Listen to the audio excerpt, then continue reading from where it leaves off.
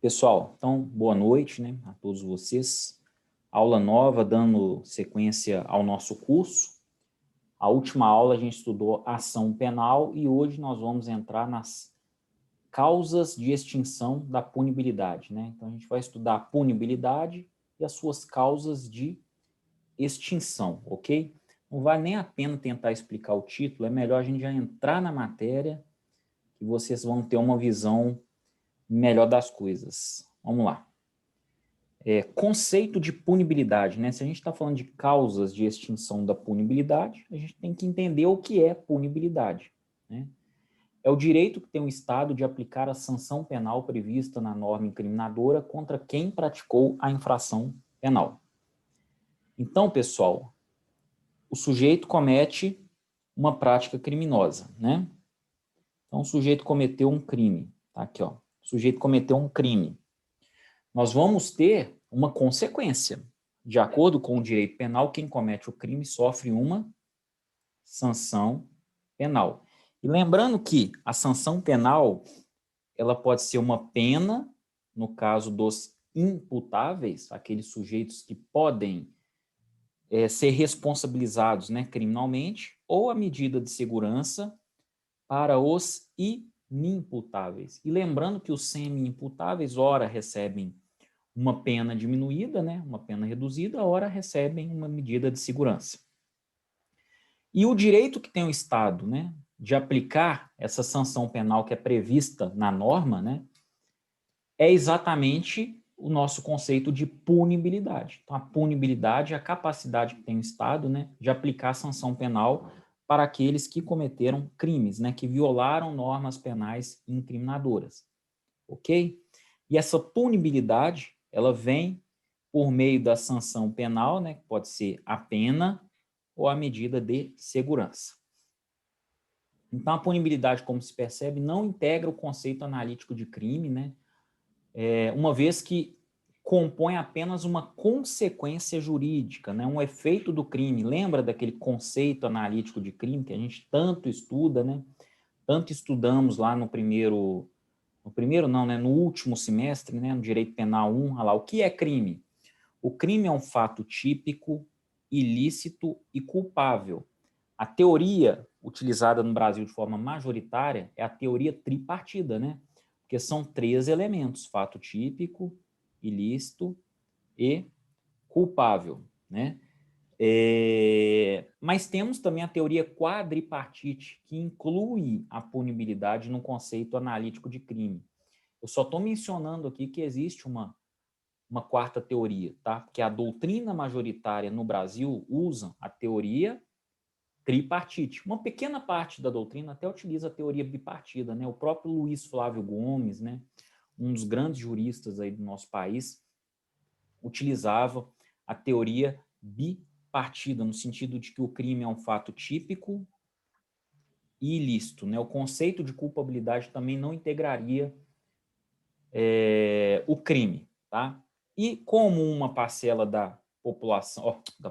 desculpa, uma parcela da doutrina inclui também a punibilidade, a gente colocou ela aqui, mas só para informar que a doutrina majoritária não entende que punibilidade compõe o conceito de crime, mas sim é uma consequência jurídica para aquele sujeito que praticou uma conduta, né, criminosa. Então, o sujeito praticou uma conduta criminosa, que é isso aqui, ele será punido, né?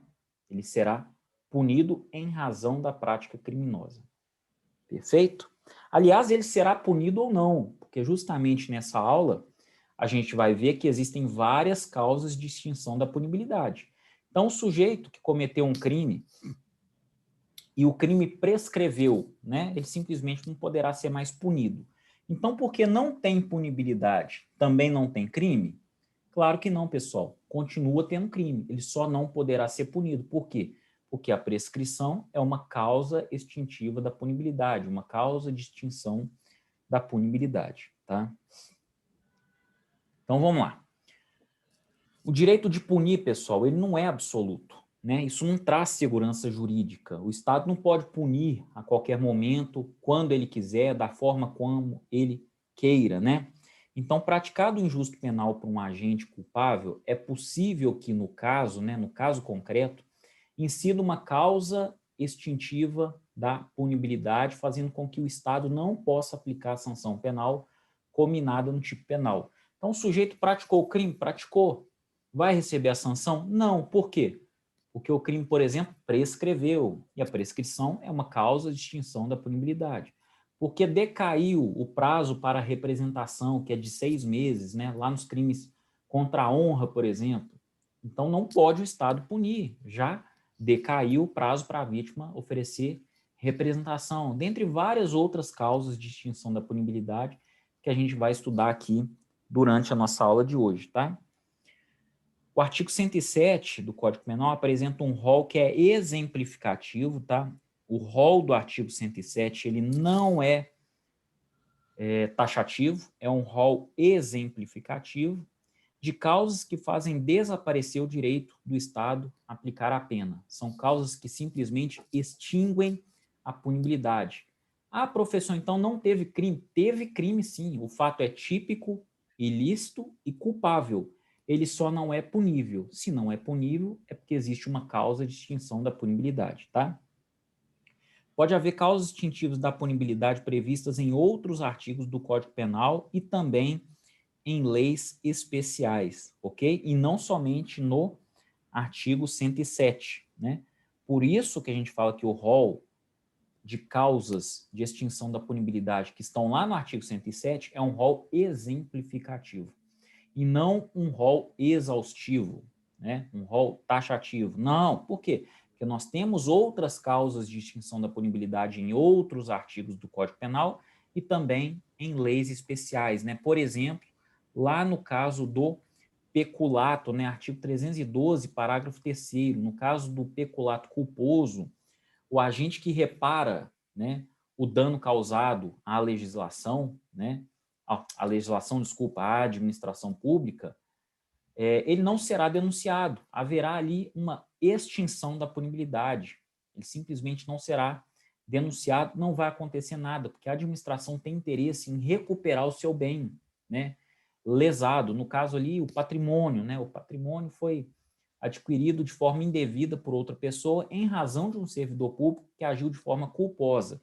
E lembrando que essa causa de extinção da punibilidade que está lá no artigo 312, parágrafo 3º, ela diz respeito apenas ao peculato culposo e não ao peculato doloso, tá? Continuando aqui, ó, ademais, admite-se também causa supralegal de extinção da punibilidade, citando-se como exemplo a súmula 554 do STF. Então, é uma causa supralegal de extinção da punibilidade. Por quê? Porque não está prevista em lei, ela está prevista em jurisprudência sumulada do STF, né? Essa súmula 554, né, quando a gente faz uma interpretação a contrário sensu, o que é uma interpretação a contrário sensu? Interpretar o texto normativo de modo inverso, quer ver? Mais fácil ler do que eu tentar explicar. Olha lá. Aqui, ó, o pagamento de cheque emitido sem provisão de fundos, após o recebimento da denúncia, não obsta ao prosseguimento da ação penal. Então, a gente tem que fazer uma leitura ao contrário dessa súmula. Então, o não pagamento de cheque emitido sem provisão de fundos antes do recebimento da denúncia obsta o prosseguimento da ação penal, ok? Então, quando o sujeito paga esse cheque, o cheque foi emitido sem fundos, tudo bem, mas depois houve o pagamento, tá? O cheque foi emitido sem provisão de fundos. Isso é crime? É crime, é estelionato. Está lá no artigo 171, em algum dos parágrafos, que eu não me recordo qual parágrafo, mas está lá. É uma modalidade de estelionato. Mas o sujeito paga esse cheque. Ele foi emitido sem fundos? Foi, mas ele paga esse cheque após o recebimento da denúncia.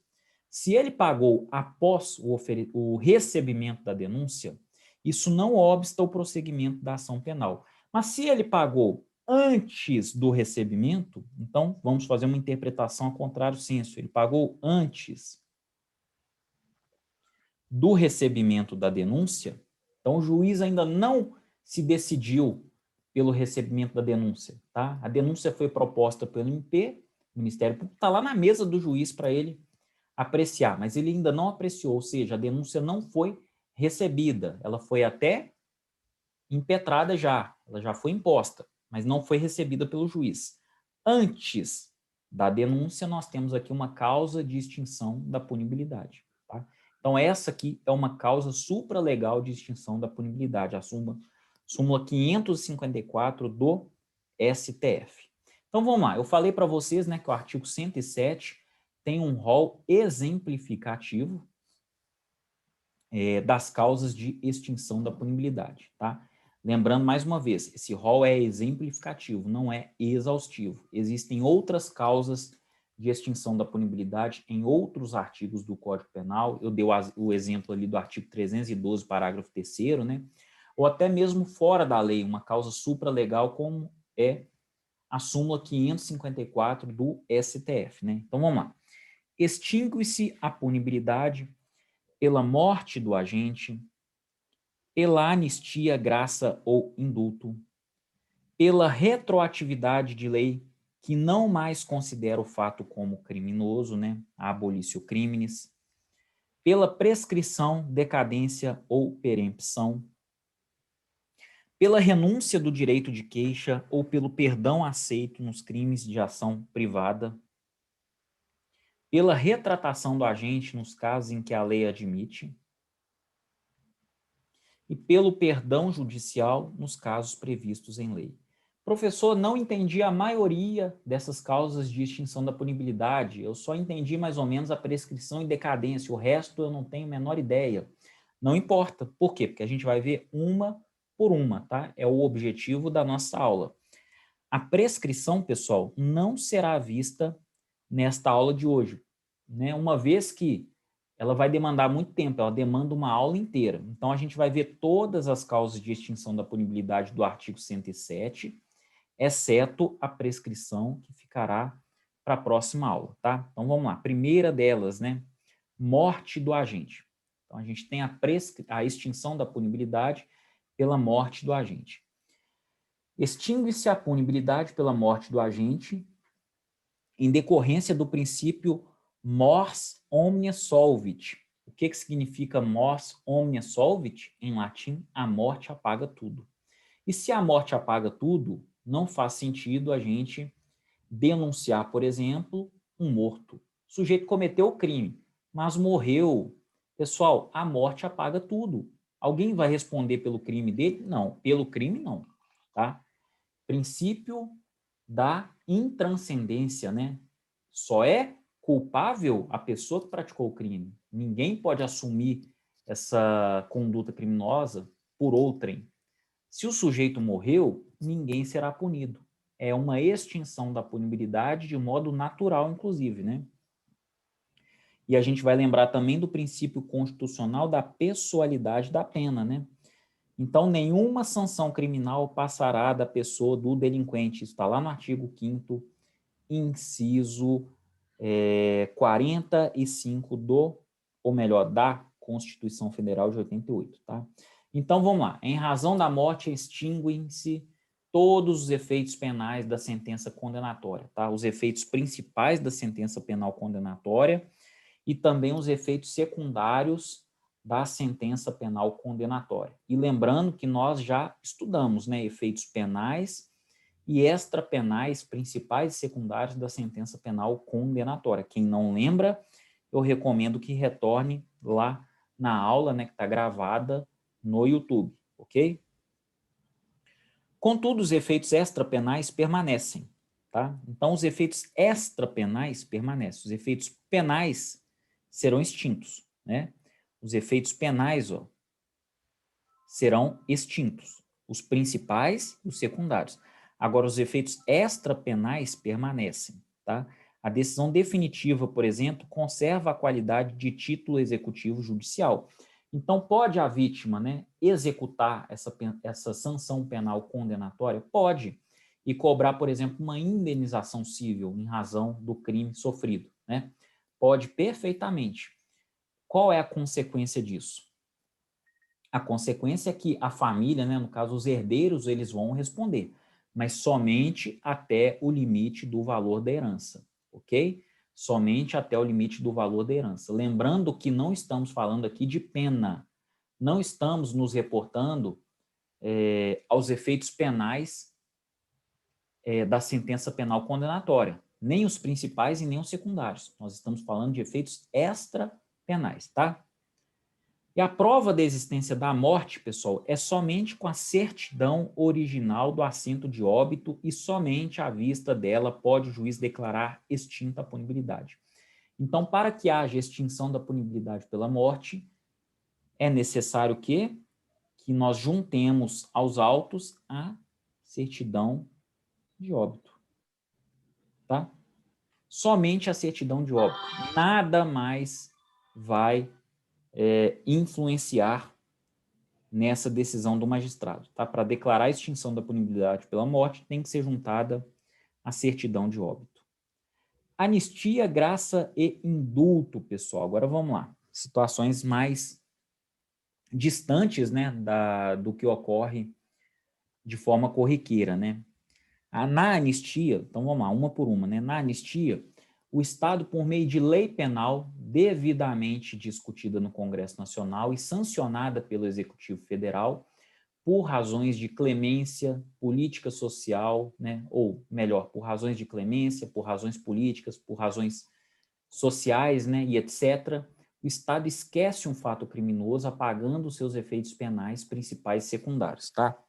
Então, pessoal, na anistia, o Estado, por meio de uma lei, tá?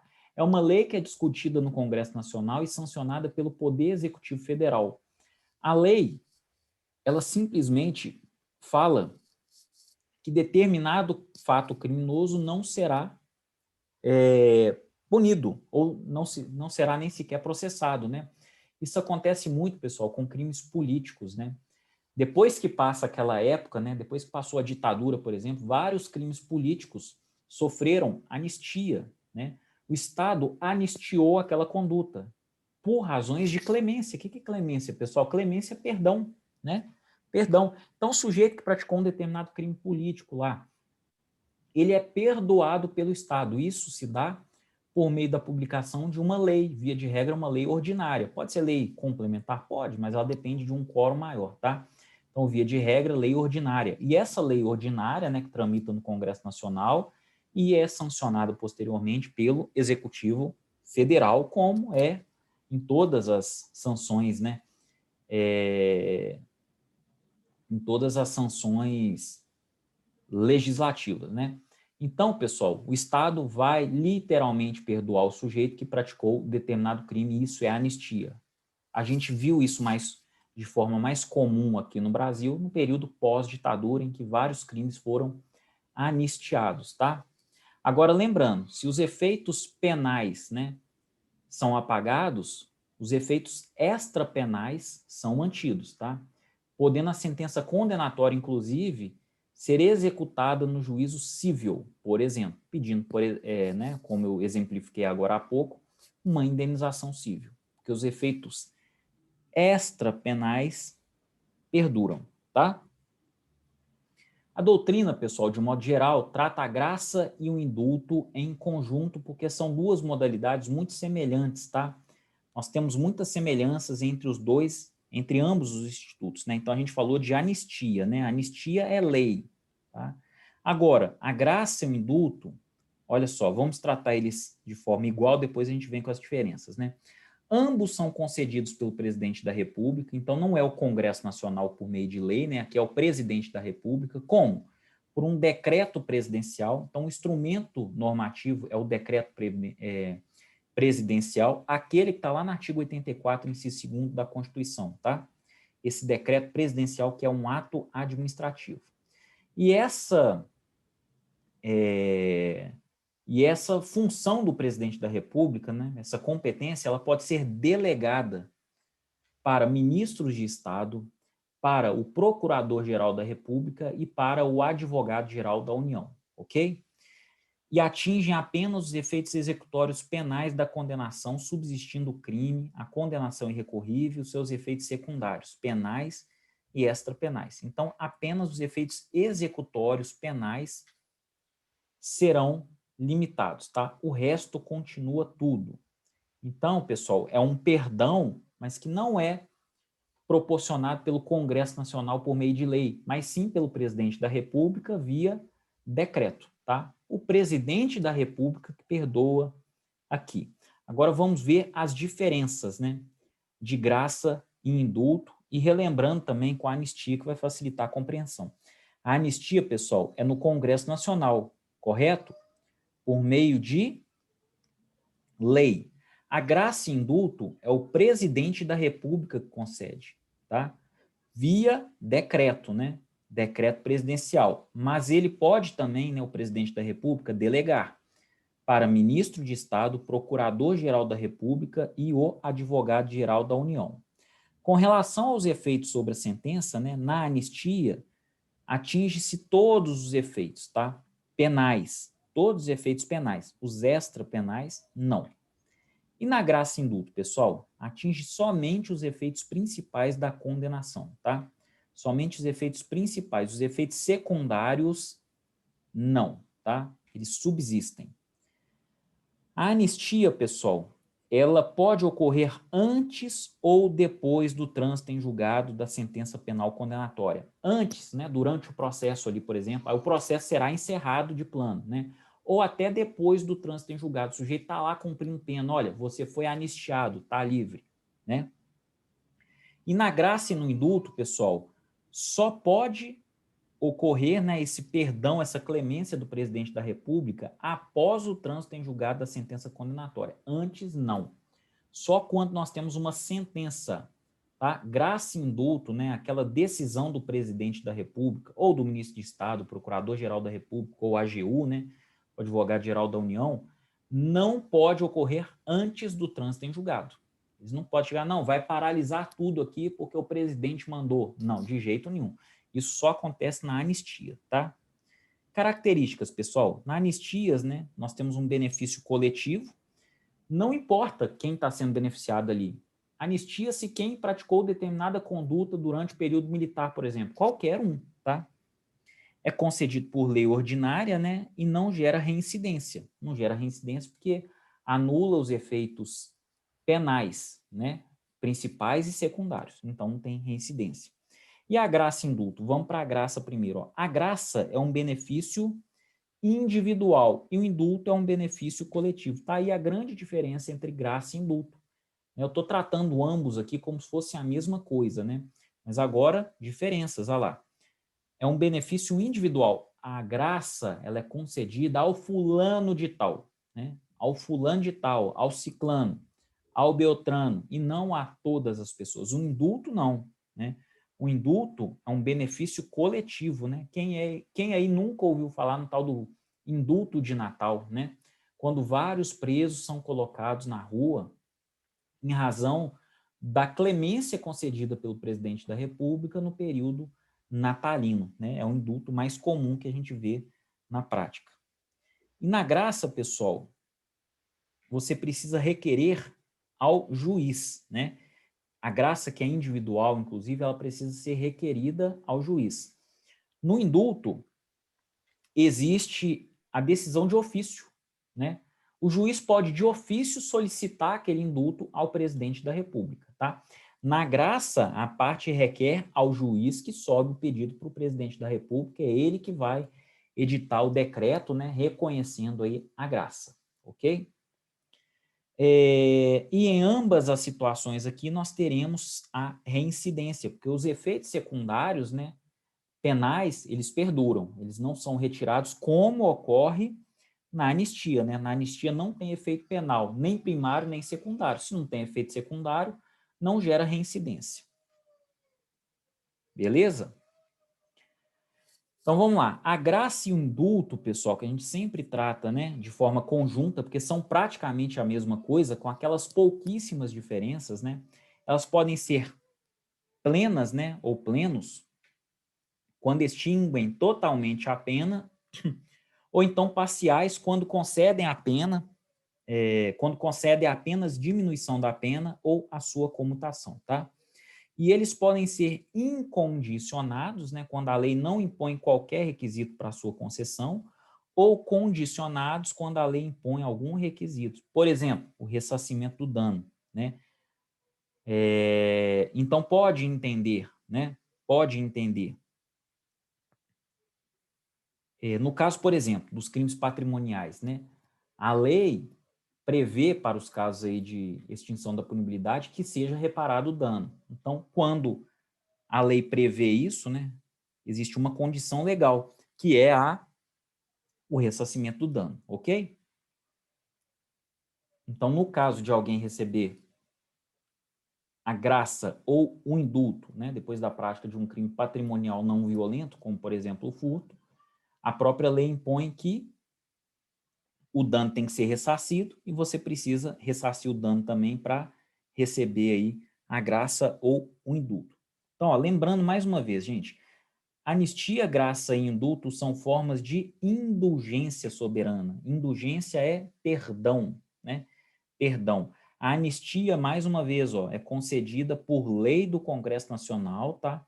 E extingue a pena e todos os efeitos penais da sentença condenatória, efeitos principais e efeitos secundários, né? Graça e indulto, pessoal, são concedidos por decreto do presidente da República, tá? A graça é individual e ela tem que ser provocada. O juiz não pode pedir ao presidente da República a graça de ofício. O indulto, ele é espontâneo, tá? E ele é coletivo. Ele diz respeito a qualquer pessoa que tenha praticado aquela conduta, né?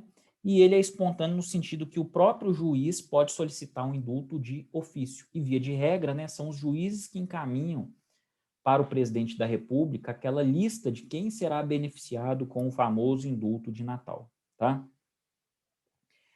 Abolicio crimes, pessoal, essa aí vocês já conhecem mais, né? Ninguém pode ser punido por fato que lei posterior deixa de considerar crime, cessando em virtude dela a execução e os efeitos penais da sentença condenatória. Essa é a redação praticamente do artigo 2º do Código Penal. É a famosa abolicio crimes, pessoal. Veio uma lei informando que aquela conduta não é mais criminosa, essa lei retroage para beneficiar o crime de traição, por exemplo, que existia no Código Penal, né? A partir de determinado momento passou a não existir mais. Então veio uma lei que descriminalizou, né, a traição. Todos que respondiam a um processo, né, pela prática do crime de traição, ou até mesmo cumpriam alguma pena, foram beneficiados pela extinção da punibilidade e deixaram de responder processos ou de cumprir a pena em razão da abolicio crimes, né? E lembrando, pessoal, com relação às leis penais no tempo, né, nós temos a novatio legis incriminadora, então uma lei nova que incrimina uma conduta que até então não era criminalizada, né? Então, uma lei posterior incrimina um fato que era lícito. Solução: essa lei não retroage, ela é irretroativa, porque ela piora a situação do réu. Na abolicio crimes, que é a nossa causa de extinção da punibilidade, né, a lei posterior descriminaliza uma conduta e torna ela atípica. A traição é uma conduta atípica. Tem ilícitos cíveis ali na questão? Tem, mas penalmente falando, não tem qualquer crime, né? Então é óbvio que essa lei retroage, né? Porque ela beneficia o réu. Novatio legis impégios, né? Nova lei para pior. Então, uma lei posterior, mantendo a incriminação do fato, torna mais grave a situação do réu. Então, aumenta a pena, por exemplo, né, cominada ao crime. Essa lei, obviamente, não vai retroagir, porque ela é uma lei que prejudica o réu. Agora, a novatio legis in melius, né, uma lei nova que melhora a situação do réu.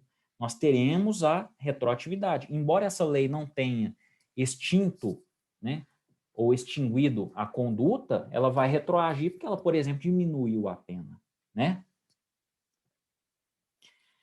Decadência, pessoal, consiste na perda do direito de ação pela consumação do termo prefixado pela lei para o oferecimento da queixa nas ações penais de iniciativa privada ou representação nas ações penais públicas condicionadas, né, demonstrando claramente a inércia do seu titular.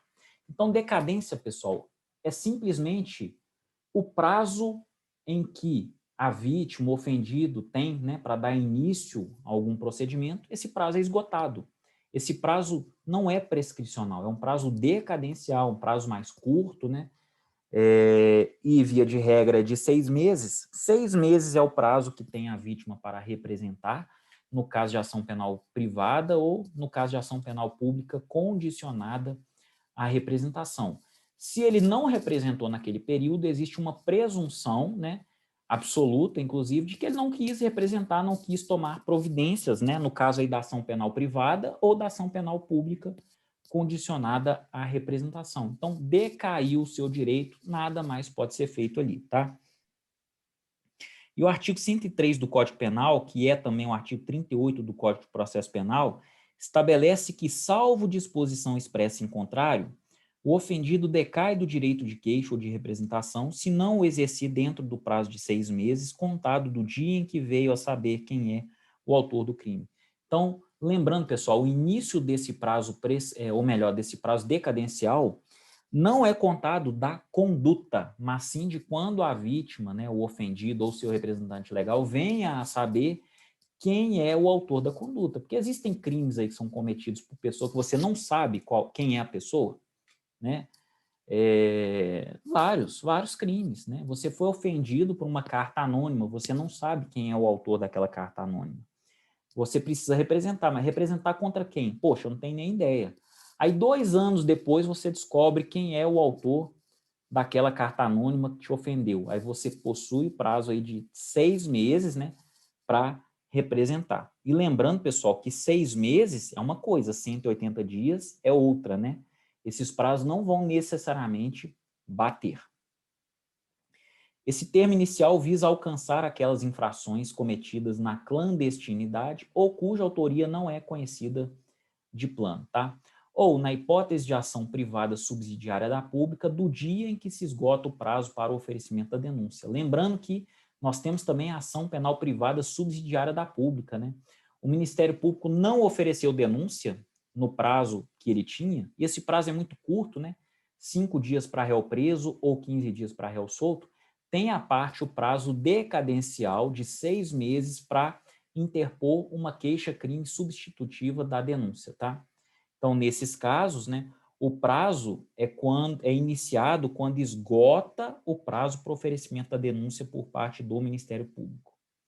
E observação, se o Ministério Público, apesar de não ter oferecido a denúncia, requereu diligências ou mesmo arquivamento do inquérito, não se reconhece inércia, logo inviável a ação subsidiária da vítima. Então, o MP não ofereceu denúncia no prazo legal, mas ele requereu novas diligências, ele voltou os autos para a delegacia, por exemplo. Nesse caso, pessoal, ou até mesmo ele requereu, né, o arquivamento do inquérito. Nesse caso, nós não vamos tratar como prazo, né, decadencial, porque na verdade ainda está tramitando, né? Ele não ofereceu a denúncia porque ainda não estava pronto, não tinha elementos suficientes, né, para oferecer denúncia. Vamos lá, pessoal. Ação penal pública condicionada à representação e ação privada, né? O prazo decadencial tem como termo inicial o dia em que se conhece a autoria, tá? No caso da ação penal privada subsidiária da pública, né, o termo inicial da decadência começa a ser contado do dia em que se esgota o prazo para o oferecimento da denúncia. Na ação penal pública condicionada à representação e ação penal privada, se decorrer o prazo de 6 meses, ocorre decadência, extinguindo a punibilidade. A punibilidade está extinta. Decaiu, não pode mais o Estado fazer nada, porque a vítima não desejou, né? Se ocorreu o prazo de 6 meses, aqui no caso da ação penal privada subsidiária da pública, tá? Ocorre decadência sem extinção da punibilidade, pois o Ministério Público continua legitimado para ajuizar a ação penal. O prazo para oferecimento da denúncia, pessoal, ele é impróprio, tá? Embora exista um prazo, o descumprimento desse prazo não evita com que o Ministério Público entre com a denúncia até o último dia do prazo prescricional. Então, nesses casos, ó, passou o prazo decadencial para você oferecer a queixa-crime substitutiva, né, da denúncia. Não tem problema. O Ministério Público continua apto a oferecer essa denúncia quando der, tá? Desde que ele não ultrapasse o prazo prescricional. Quando o crime prescreve, a já era. Aí não tem mais o que fazer, né? Doutor Thiago, O termo de... Oi. no caso de eu ter um talão de cheque e eu não saber que uma folha minha, talão de cheque, foi roubada, existe um prazo prescricional para me falar que alguém preencheu meu cheque e veio na praça? O prazo prescricional vai ocorrer se houver algum crime, se alguém praticou algum crime com a sua folha de cheque. Tentou um estelionato, por exemplo, né? Praticar um Pois estelionato. é. Então, nesse caso, vai existir ação penal pública condicionada à representação, né? Inclusive, se você não for menor de idade ou hipossuficiente, né? Dentre outras restrições, mas via de regra agora é ação penal pública condicionada à representação. Mas, Então, doutor, haverá um prazo decadencial para você representar, contado do momento em que você sabe quem é o autor da conduta. doutor, assim, vamos supor que eu utilize uma folha de cheque uma vez por mês. Eu vejo que uma não está lá e depois o banco me comunica que me entrou uma folha de cheque de 10 mil reais. E qual o prazo que eu corro disso? 6 meses a partir do momento que você sabe quem é o autor dessa conduta. Mas e se eu Esse é o não prazo souber? decadencial para você representar, tá? Prazo prescricional a gente vai estudar na próxima aula. O prazo em que o crime Ah, sim, prescreve a gente vai estudar na próxima aula. Mas esse sim. prazo é decadencial para você representar. E na representação você fala nada mais, nada menos assim, Estado, me dá apoio, eu quero ajuda, tá? Eu vou querer ajuda, eu quero resolver esse problema, é mais ou menos isso, a representação. Beleza? Beleza. Tá. O termo decadencial, termo, gente, é prazo, tá? É sinônimo de prazo. O prazo decadencial ou o termo decadencial é contado da forma do artigo 10, né? Computando-se o dia de início, excluindo o dia do fim. Quando a gente computa o dia de início e exclui o dia do fim, é porque é um prazo material e não um prazo processual, tá? Então, a decadência é direito, matéria de direito material, direito penal mesmo, e não direito processual penal, tá? O direito formal.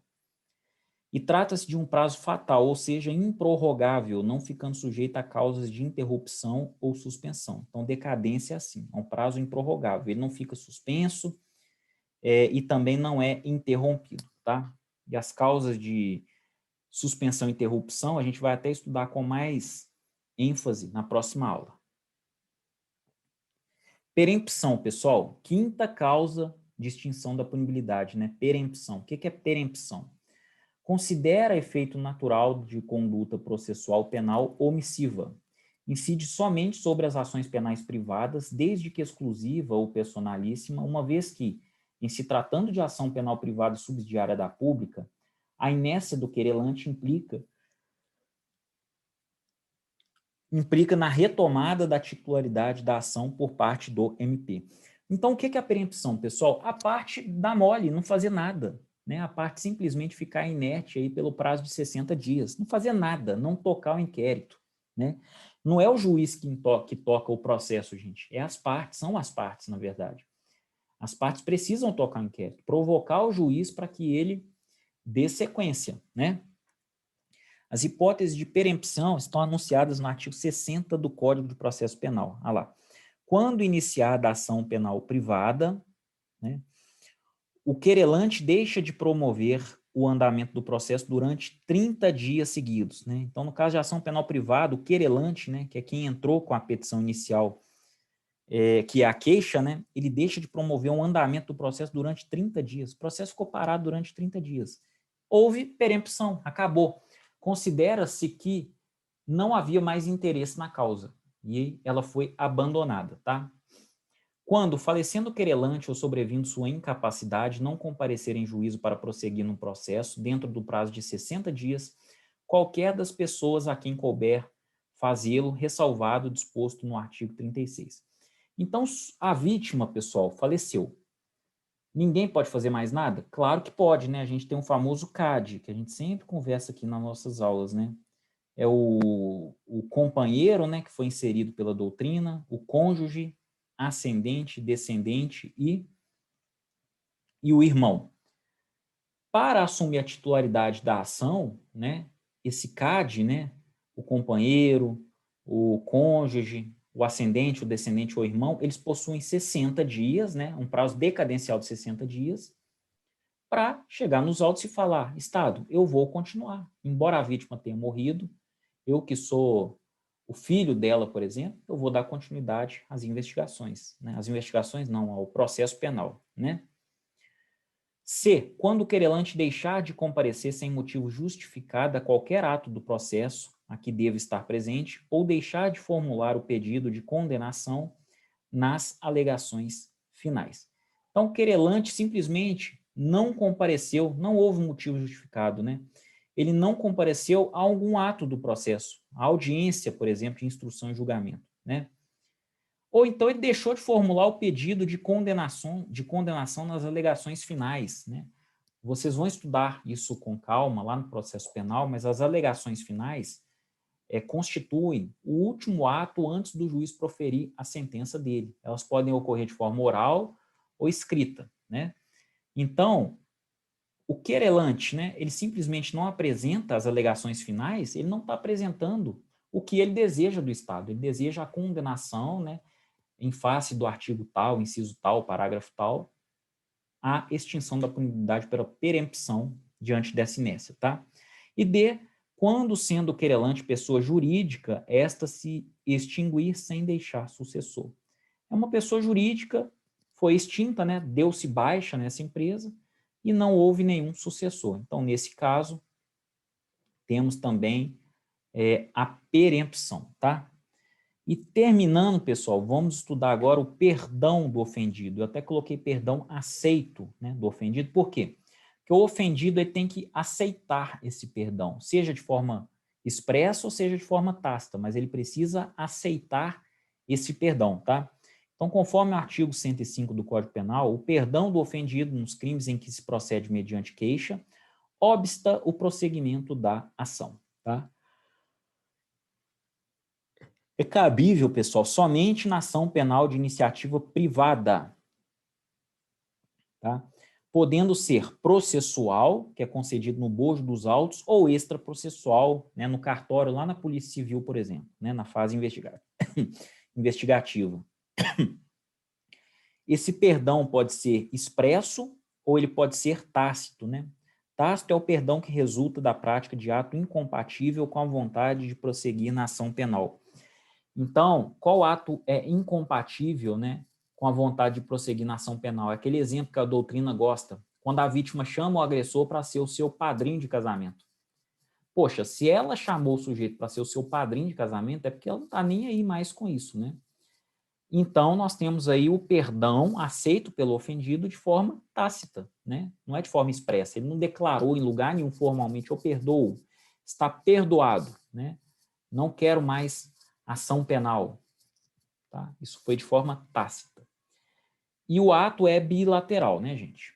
O ato é bilateral. Por quê? Porque o perdão tem que ser aceito pelo ofendido. Se o ofendido não aceitar o perdão, a demanda perdura, tá? Por incrível que pareça.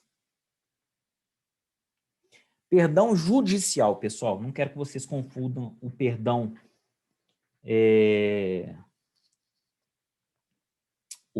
do ofendido com o perdão judicial, tá? O perdão judicial é um instituto pelo qual o juiz, não obstante a prática de um fato típico e antijurídico por um sujeito comprovadamente culpado, deixa de lhe aplicar, nas hipóteses taxativamente previstas em lei, o preceito sancionador cabível, levando em consideração determinado fato e as circunstâncias que concorrem para o evento. Nesses casos, o Estado perde o interesse de punir, né? Ok? Lá, constitui causa extintiva da punibilidade que, diferente do perdão do ofendido, não precisa ser aceito para gerar efeitos.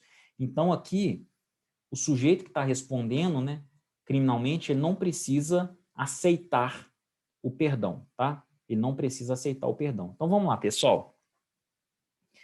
Exemplo, né? O pai, dentro de casa, na garagem, ele dá uma ré no carro e acaba atropelando e matando o próprio filho. Pessoal, esse é o homicídio culposo, né? Ele agiu ali com negligência ou com imperícia, né?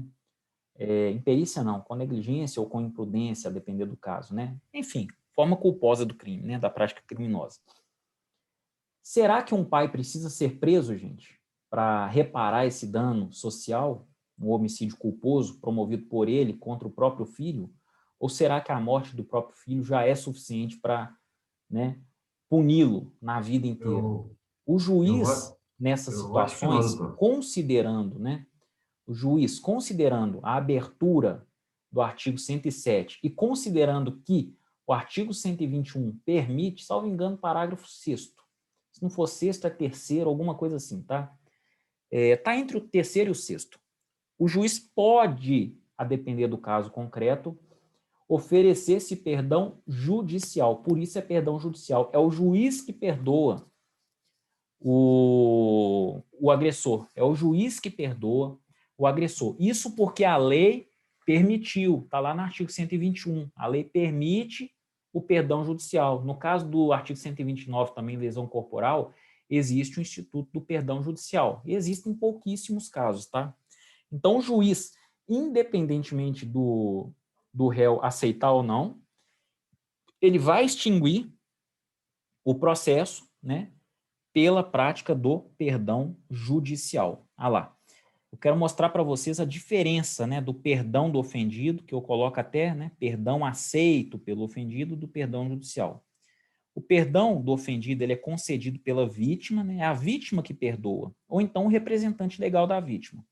No perdão judicial, quem concede o perdão é o juiz. Para extinguir a punibilidade, precisa ser aceito, né? O perdão do ofendido ele tem que ser aceito, é um ato bilateral. O perdão judicial não, ele dispensa a aceitação. Ele dispensa, é um ato unilateral. O juiz decide que o sujeito ali será perdoado e pronto. Ainda que o sujeito fale, não, eu mereço cadeia, eu matei meu filho. O juiz falou, não, você não merece. É cabível somente em crimes perseguidos mediante ação penal de iniciativa privada, no caso do perdão do ofendido, né? Agora, no perdão judicial, não, ó, é cabível nas hipóteses expressamente previstas em lei, não importando a espécie de ação penal do crime. Não importa se é privada, se é pública condicionada à representação, se é pública incondicionada, o que importa é que esteja previsto em lei, né? Como está lá no artigo 121 do Código Penal, está lá, de forma expressa, o perdão judicial, tá? Renúncia do direito de queixa, pessoal, estamos acabando, tá? Renúncia do direito de queixa. Por renúncia, entende-se o ato unilateral do ofendido. Então, aqui a gente está diante de um ato unilateral, não é perdão do ofendido, gente. Não é perdão do ofendido, é renúncia do direito de queixa, tá? Ele não perdoa, ele simplesmente não oferece queixa no prazo decadencial. Ah lá. Por renúncia, entende-se o ato unilateral do ofendido ou do seu representante legal, abdicando do direito de promover a ação penal privada, extinguindo-se, por conseguinte, o direito de punir do Estado, tá? É o que está lá no artigo 107, inciso 5º, primeira parte. Embora a renúncia seja instituto tradicionalmente afeta a ação penal privada, é possível sua aplicação excepcionalmente na ação pública condicionada à representação, desde que o crime respectivo, né, seja de menor potencial ofensivo. Então, para os crimes de menor potencial ofensivo. Ok?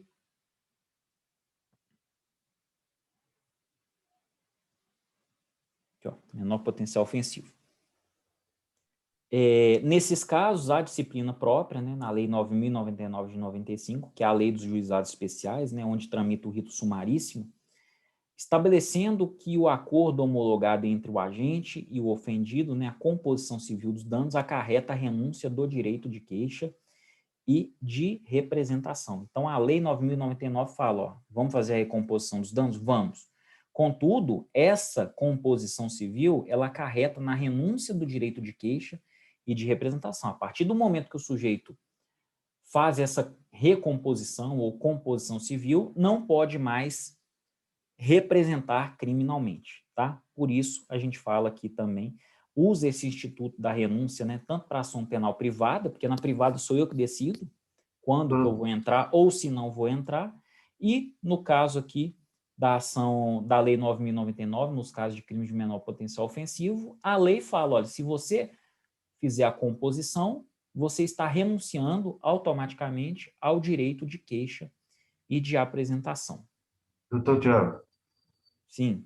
desculpe interromper, Mas, nesse caso, eu posso pegar as testemunhas e usá-las como renovação da queixa? Renovação da queixa? É, alguém que viu e eu fiz pouco.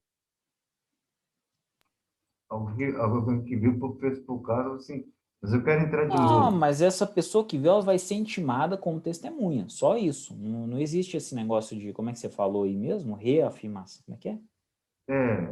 A presença um ou mais pessoas que Não, precisaram. mas você pode apresentar as testemunhas. Isso aí você vai aprender no processo penal. No rito Ah, tá. do juizado especial, são 3 testemunhas. No rito sumário, são 5. No rito ordinário, são 8 testemunhas, né? 8? Até 8, até 8 que você pode apresentar. Então, assim, isso aí é processo penal, é matéria de processo penal, vocês vão estudar isso a partir do próximo semestre, tá? Ok, então. Obrigado. A renúncia é sempre pré-processual, né, ocorrendo antes do oferecimento da denúncia ou da queixa, podendo ser expressa ou tácita. A renúncia expressa constará de declaração assinada pelo ofendido, por seu representante legal ou procurador com poderes especiais, tá? Se for procurador, gente, advogado, ele tem que ter poderes especiais, tem que estar expresso lá no mandato dele, que ele tem poderes, inclusive, de renunciar, né? A renúncia tácita se caracteriza pela prática de ato incompatível com a vontade de exercer o direito de queixa, e renunciado, expresso ou tacitamente, o direito de queixa não pode ser exercido, né, de acordo com o artigo 104. Então, se houve renúncia expressa ou tácita, o direito de queixa acabou, tá?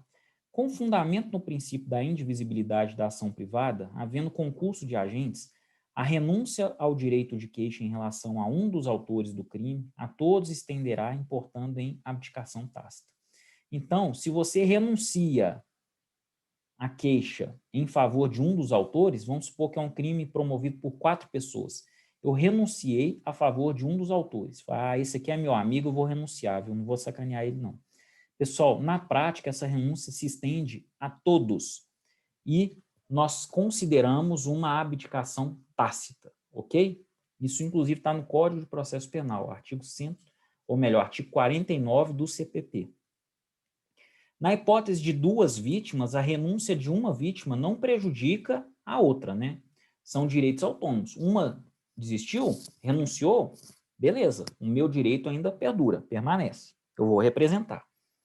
No caso de morte da vítima, a renúncia do direito de queixa por parte de um dos seus sucessores, né, não impede a propositura da ação penal pelos demais, né, respeitando aí o prazo legal, ok? Então, no caso de morte da vítima, pessoal, a renúncia do direito de queixa por parte de um dos seus sucessores, então nós temos o CAD, né? Um dos sucessores renunciou, tá? Mas isso não impede a propositura da ação penal por parte de outros, né? O cônjuge renunciou, beleza, mas o irmão quis dar seguimento. Claro, respeitando o prazo legal, né? O prazo decadencial de 6 meses. Retratação do agressor, gente. É retirar totalmente o que foi dito, né? O agressor, ele literalmente se retrata. E isso, inclusive, dispensa a concordância do ofendido. Olha lá. Ocorrendo a retratação do agente, não impede a vítima de reivindicar a competente indenização nos termos da legislação civil e demais dispositivos aplicáveis à espécie. Então, houve retratação? Houve retratação, tudo bem, tá? E lembrando aqui, pessoal, que essa retratação do agressor não está lá no artigo 107, hein? Mais um exemplo, né? Eu já dei o exemplo aqui do artigo 312, parágrafo 3º.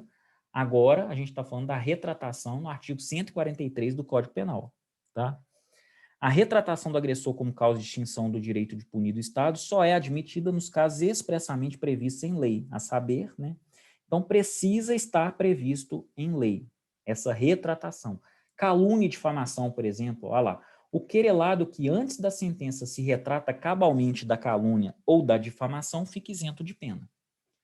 Então, ele caluniou ou ele difamou alguém, mas aí, antes da sentença, ele retrata.